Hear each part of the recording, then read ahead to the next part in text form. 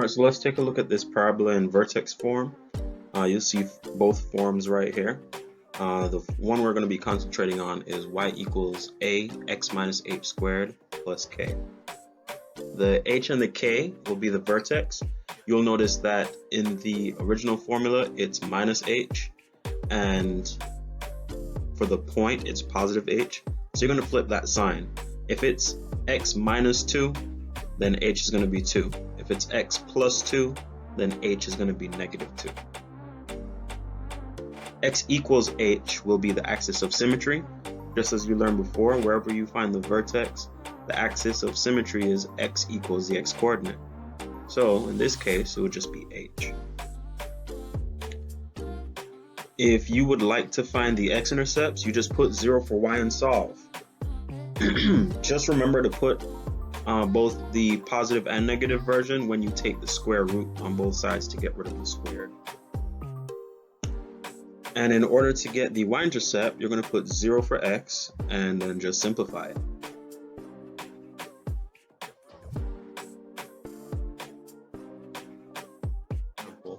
We're supposed to convert y equals 3x squared plus 12x minus 36 to vertex form and find the vertex, axis of symmetry, y-intercept, and x-intercepts.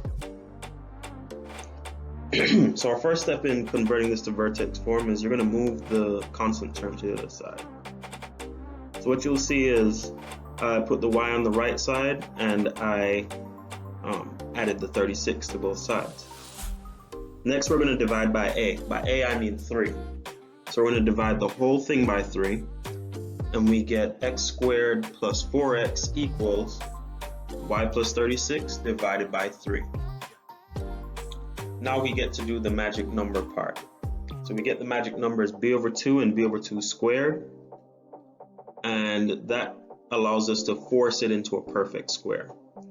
So b would be 4. 4 divided by 2 is 2. So now we have x plus 2 squared equals, same thing we had before, y plus 36 divided by 3, only we're adding the squared version on the other side. So that's plus 4. Now we're going to solve for y. So it's a bunch of little steps, but it's not too big. We're going to move the 4, then move the 3, then move the 36. Basically working from the outside in. So we're going to subtract 4 on both sides. So now we end up with x plus 2 squared minus 4. And then we're going to multiply by 3 to get rid of that fraction. And we get 3x plus 2 squared minus 12. And then we're going to subtract 36 to give us our vertex form, which is y equals 3x plus 2 squared minus 48. Now, we also have to find the vertex, axis of symmetry, y-intercept, and x-intercepts. So let's see what that looks like. So we're going to take and we're going to identify h and k, which would be negative 2 and negative 48. Remember, you flip the sign for h. H is whatever is in there with the x, and k is whatever is on the outside. You'll notice that the 3 does not impact what's going on with the vertex.